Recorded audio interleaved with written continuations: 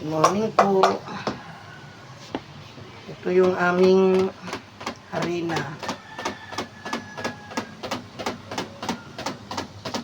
Ito yung aming lutuing hot cake. Pag siniswerte, hindi nabuti maghapon hanggang alas 10 lang ng umaga. Pag siswertihin. Mga 6 na kilo yan. Pinaghalo-halo na yan, itlog, asukal, konting yelo, kalumit. Yan, pinaghalo-halo na yan dyan. Yan, hanggat makuha na ang tamang lapot niya bago lutuin. Yan ang aming masarap na pancake. Yan, araw-araw yan. Ginawang almusal dito sa amin, sa tindahan.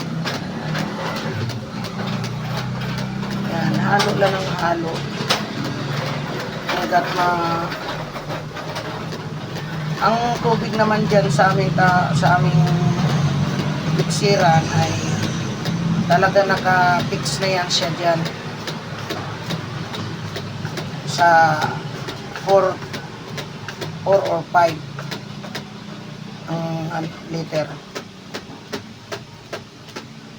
Depende sa gusto na may itimplas araw-araw. Pero yan, 5 liter ang tubig niyan. Yan sa miksiran. Yan, lagay ng harina. Hindi ako masakit na sa balikat kong paghahalo, kaya mukuha na ako ng magmimix. Siya na ang pinapamix ko. Yung aking tagaluto. Hindi na kaya ng aking dibdib. Sabay-sabay kasi yan eh. Masakit ang balikat mo. Delikado, magkakaroon tayo ng tinatawag na frozen shoulder ba yun? Diyan ang nangyari sa akin eh. Ang sakit ng aking balikat hanggang likod. Aking balikat likod. Tsaka kahalo. Kaya asawa naman ng Diyos, nagamot ko rin. Pahinga lang at vitamins. Vitamins na bitol, Panginoon ko, pang gumaling yung sakit ng aking balikat. Mamanhid, sakit at pamamanhid yun.